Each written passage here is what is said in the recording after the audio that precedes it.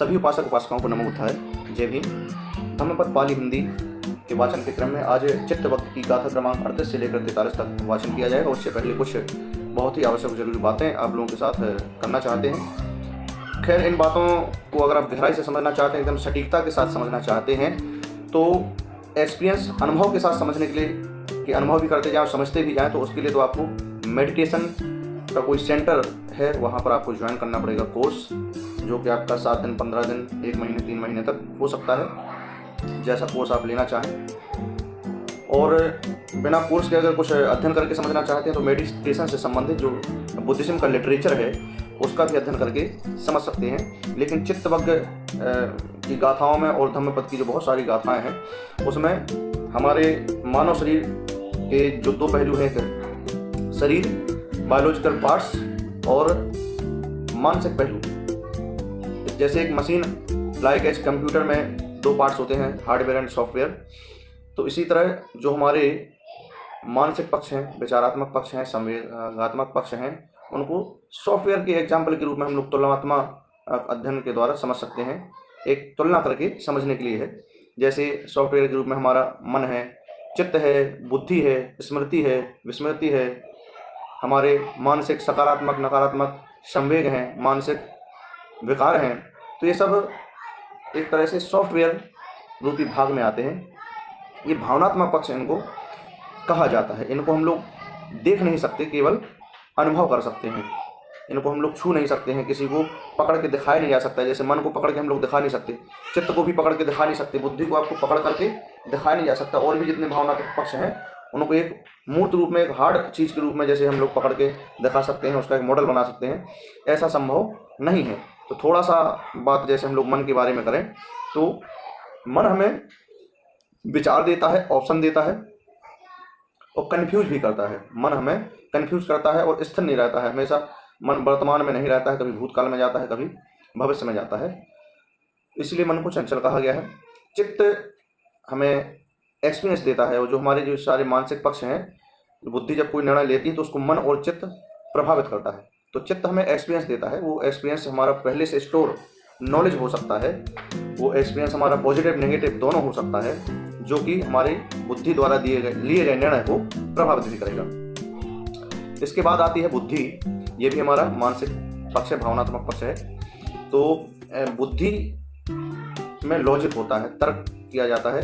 तर्क के बाद फिर बुद्धि निर्णय लेती है। तो बुद्धि के तर्क और निर्णय को मन और चित्त दोनों प्रभावित करते हैं। तो इसीलिए बुद्ध ने बार बार अपनी शिक्षाओं में कहा कि चित्त को और मन को निर्मल करना बहुत आवश्यक है। हमारी बुद्धि इंटेलिजेंसी कितनी भी तीव्र हो, तेज हो, लेकिन मन और चित्त हमारा निर्मल नहीं है। हमारी स्मृतियाँ में जो स्टोर चीज़ें हैं वो पॉजिटिव नहीं है, और हमारे मन के सामने पॉजिटिव ऑप्शन नहीं आ रहे हैं। मन हमें बार बार कंफ्यूज अगर कर रहा है, कंट्रोल में नहीं है, तो बुद्धि भी गलत निर्णय ले सकती है, इसमें कोई दो राय नहीं है। इसलिए मन को कंट्रोल करना और चित्त को निर्मल करना बहुत आवश्यक है। निर्मल का तात्पर्य है कि उसमें अच्छे विचार स्टोर हों, अच्छे मेमोरी संग्रहित उसमें हो। अब चलिए वीडियो को लंबा ना करते हुए वाचन प्रारंभ करते हैं। गाथा नंबर 43 है। अनवट्टी त चित्तस्य सद्धम्मं अविजानतो परिप्लव पसादस्य पज्जा न परिपूरति।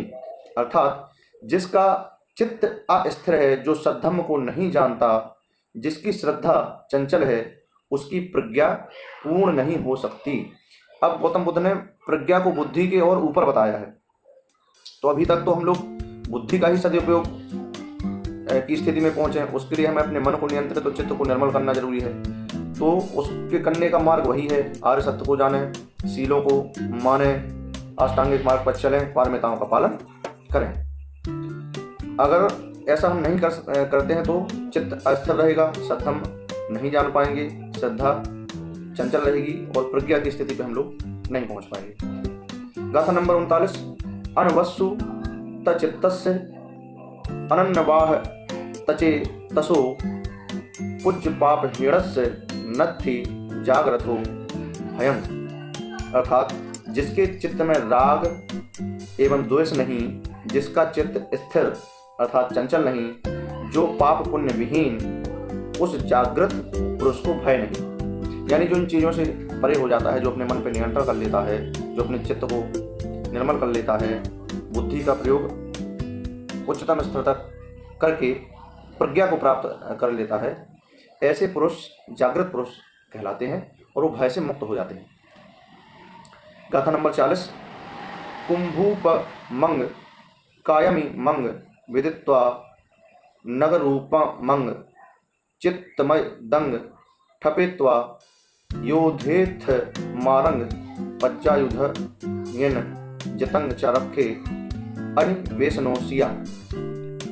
अर्थात इस शरीर को घड़े के समान, घड़ा का जीवन जैसे बहुत लंबा नहीं है और स्थिर नहीं है, अनित्य है, जो हमेशा रहने वाला नहीं है, उसको अनित्य कहा गया है। यानी इस शरीर को घड़े के समान जानकर इस चित्त को नगर के समान रक्षित और दृढ़ ठहराकर प्रज्ञा रूपी हथियार से मार से युद्ध करें।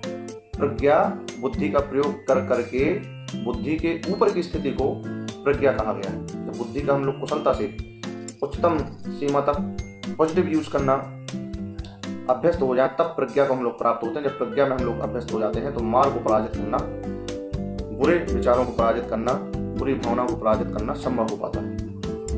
यानी प्रज्ञा रूपी हथियार से मार से युद्ध करें, जीत लेने पर अपनी रक्षा करें तथा आसक्ति रहित होकर रहें। गाथा नंबर 41।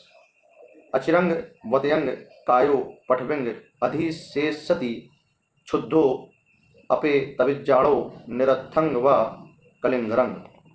अहो, यह तुच्छ शरीर शीघ्र ही चेतना रहित हो निरर्थक काष्ठ लकड़ी की भांति पृथ्वी पर पड़ा रहेगा।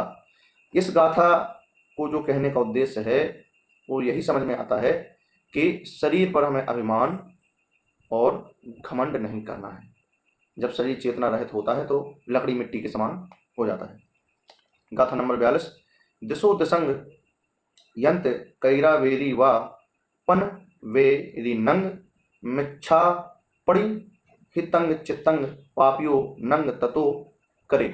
अर्थात जितनी हानि शत्रु की या वैरी की करता है, उससे अधिक हानि बुराई झूठे मार्ग यानी कुमार्ग पर लगा हुआ चित्त करता है। चित्त बुराइयों में लग जाए, यानी चित्त में अगर बुरी अनुभव, बुरी स्मृतियां स्टोर हो जाएं, जिनके आधार पर हमारा बुद्धि निर्णय लेने लगे, तो जितना हमारा दुश्मन नुकसान नहीं कर सकता है, जितना कि बुरे मार्ग पर लगा हुआ चित्त हमारा नुकसान कर सकता है। गाथा नंबर 43। ना तंग माता पिता कैरा अज्जे वापी चा आतका सम्मा पड़ी हितंग चित्तंग श्रेयसो न ततो करे। जितना भला माता पिता या दूसरे भाई बंधु नहीं कर सकते, उससे अधिक भलाई ठीक मार्ग पर लगा हुआ चित्त कर सकता है। बिल्कुल स्पष्ट गाथाएं, उनका हिंदी अर्थ है। इतना भी समझने में हमारे लिए जटिल नहीं है। थोड़ा सा अगर हम लोग प्रयास करें तो आसानी से समझ में आ सकता है। जो जहाँ पर बहुत जटिल होता है उसको सरल से सरल करने का प्रयास किया जाता है। और वाचन के क्रम में आज इतना ही। आप अपनी राय और प्रतिक्रिया कमेंट के माध्यम से दे सकते हैं। नमो बुद्धाय। जय हिंद।